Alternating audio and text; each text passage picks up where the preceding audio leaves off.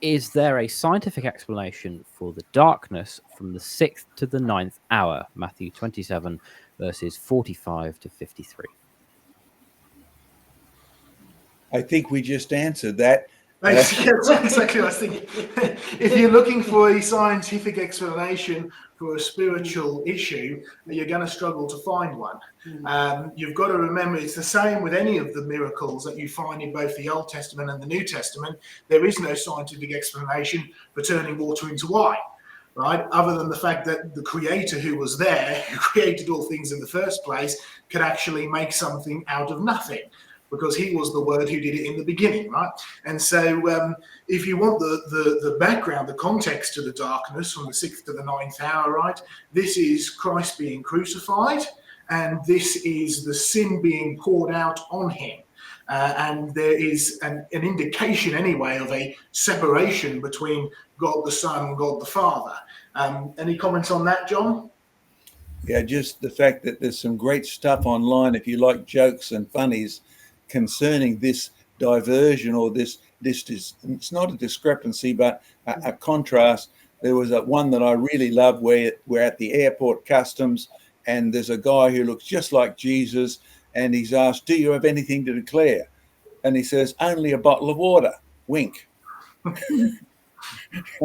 So if you've been through customs, you know they tax wine, they take it off you or things like this. The bottle of water, he was really implying that I can turn this into wine anytime I like.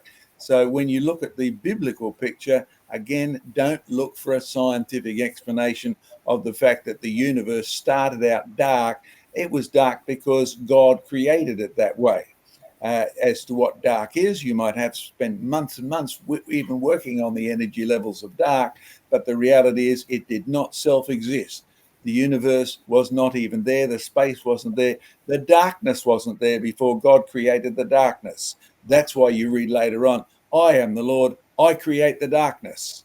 Right? So he did it then, and he did it in the beginning, and he did it when Jesus was on the cross, and that's what caught everybody's attention. Hey, it shouldn't be dark.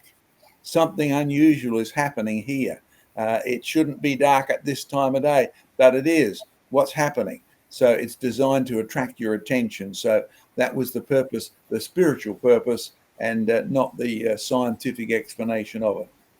And I had someone at church contact me this week saying that scientists have found that there was a eclipse in China on that same day as Jesus' crucifixion, when it went dark. And my reply to them was, again, you're looking for a scientific explanation for a supernatural event.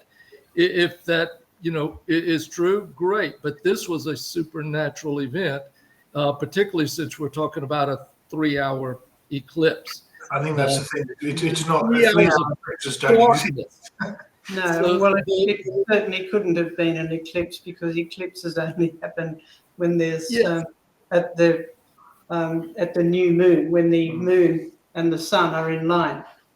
The crucifixion happened around the time of Passover, which is always close to the time of a full moon. So the moon is on the other side of the world. So that won't work. But if you were there and there was genuine darkness, there was a genuine absence of light. If you had a light detector, it would have failed. That doesn't explain how it happened. It just means that God, the one who made light, he has no trouble manipulating it. After all, he made it in the first place. He can do what he likes with it. And if he wants to take it away from a place, he can. And remember the significance. The word who is light is now dying. Yes. I think that's really ultimately where the significance of the darkness comes. So, one interesting thing, Joe. Yes.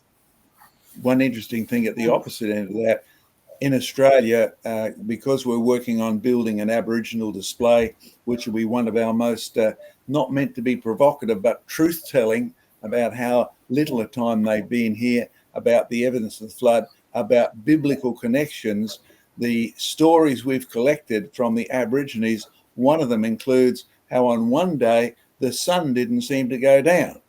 Now, whilst that by itself could be a puzzle, did the Aborigines get it right? If you look at your Bible, there is a record there of a day when the sun didn't go down. because God was doing something for the people of Israel with their battle, right? So you'll find that the consistency is there. Start with your Bible and then go looking for evidence. But in reality, please don't make it science versus religion. It's truth versus error. Is it true that you accept what happened with Joshua and Moses, etc.? Therefore, can I expect to find evidence of that? Yes. Is it true that Christ died on a cross? Is it true there was a darkness there? Does it show up in China? Yes, it does, right? So you'll find that that's the way you should ask the question, because the more we get away from science versus religion, the closer you'll be to the right question. Is it true or is it false? Not science versus religion, but truth versus error. And the reaction of the reaction of the disciples and the writers of the scriptures is always the same as our reactions would be. They always go, "Oh, it's amazing! This guy, he can stop a storm. Isn't it amazing that he turned water to wine and so on?" Their reactions are always that this is incredible. It's not as though it's just a humdrum, normal sort of thing that happens in life. So that's what makes it so realistic, I think, when they're recording it. Yeah. I was just going to add, we had the solar eclipse come through about 2 months ago, I guess. Oh, yeah. And right here where we're at, Joe, was that while you were here? Just after I left. I missed it. That much. Right. So where we're at, it was about 90%. But where my son was at, it was 100%.